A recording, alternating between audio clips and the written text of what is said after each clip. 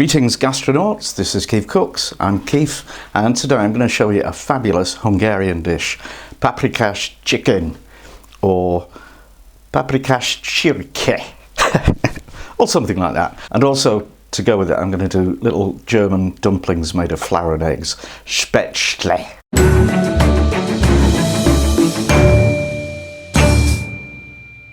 So I'm doing the chicken for John Rouleau, who requested it, and I think it will be marvellous. I've had it before, I know it's marvellous, and it's actually quite easy to do.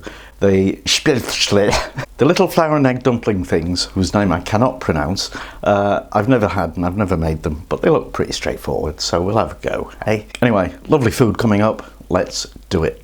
Okay, ingredients for the paprikash. I've got 6 chicken thighs, 250 ml of chicken stock, 125 ml of soured cream, half a red bell pepper, half a green one, a medium onion, teaspoon of salt, teaspoon of pepper, and a tablespoon of flour, and 25 grams of paprika.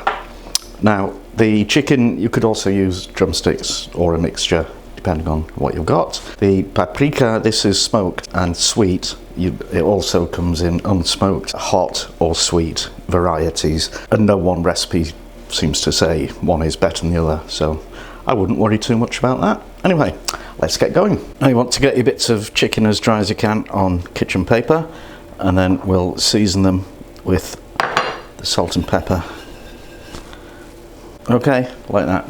Now over to the stove. And you want to melt the knob of butter that I forgot to tell you about in a frying pan, and then add your pieces of chicken, and we'll let those cook for about 5 minutes each side. So while the chicken's sizzling away, we'll just prep the peppers and the onion. I'm just going to chop the peppers into thin strips. Okay, whoop. Time to turn the chicken over. Look at that lovely golden skin, and we'll let those have another 5 minutes on that side, and then we'll take them out of the pan while we do some other stuff. Prep the onion. You want it very, very finely sliced, so I'm going to use the mandolin. So first I need to just top and tail and peel the onion, and I'm fairly sure that if the devil was in the business of designing kitchen equipment, the first thing he'd come up with is a mandolin. But anyway, put the guard on, always use the guard. There we go, pile of very thinly sliced onions. Just leave them on one side while we cook the peppers and onion in the same liquid. Just pop them in. I say the same liquid, there's not very much of it, so I'm going to add a bit of vegetable oil, just so we can get all of these coated properly.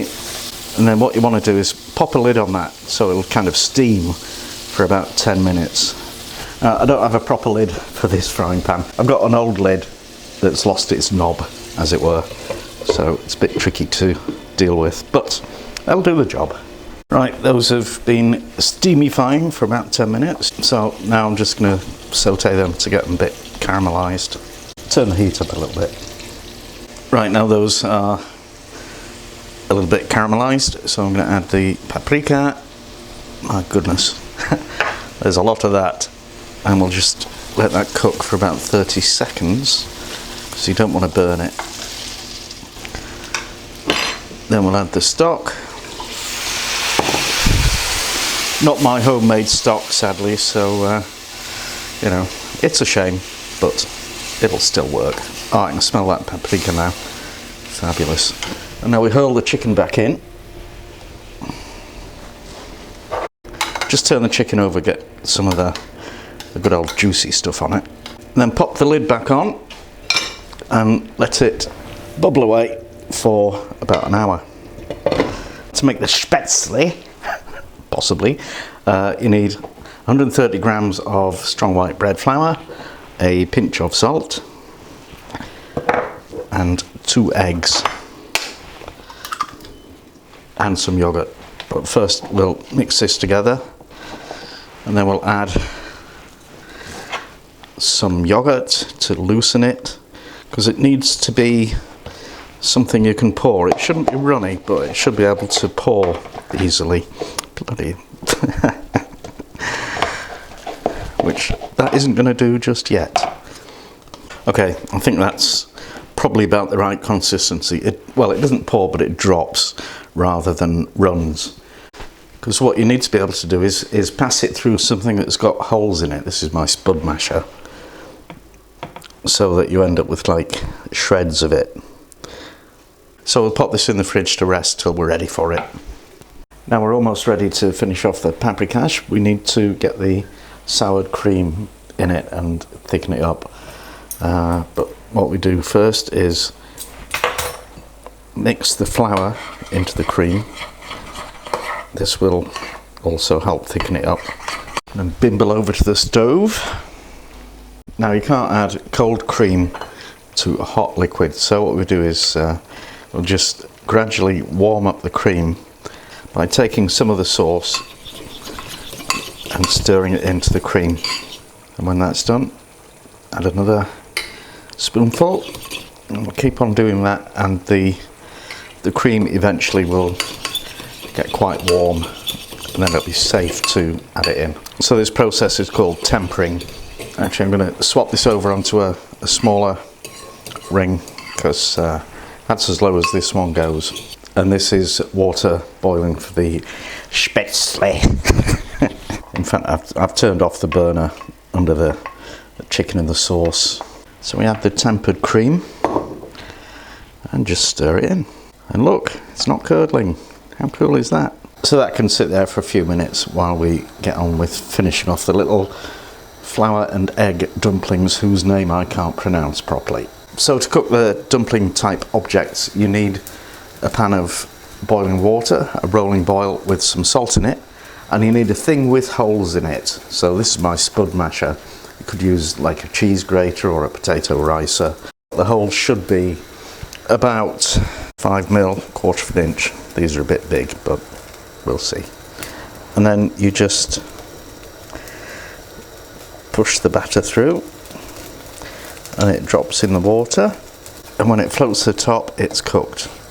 So you skim it off, and what a strange thing this is. But actually I'm sure it'll be wonderful.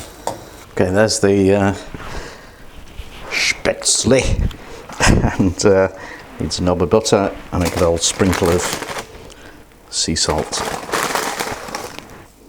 Okay, my favourite bit, tasty time. So let's have a look at these little dumplingy things.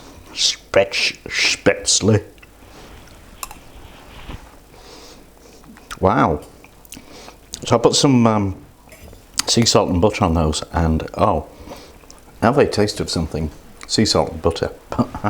They're wonderful. Ah, great. Oh, you like that? Bit of chicken and sauce. Oh, I like that as well. Ah. This is proper comfort food. Thank you, Hungary, because I am hungry. Haha. And that's that. I hope you enjoyed it. Now you can find the full recipe on my website, KeefCooks.com, and there should be linky things kicking around somewhere. So you can print it out or just read it without having to listen to me rabbit on. And if you haven't already done so, please subscribe to KeefCooks. Should be another link somewhere.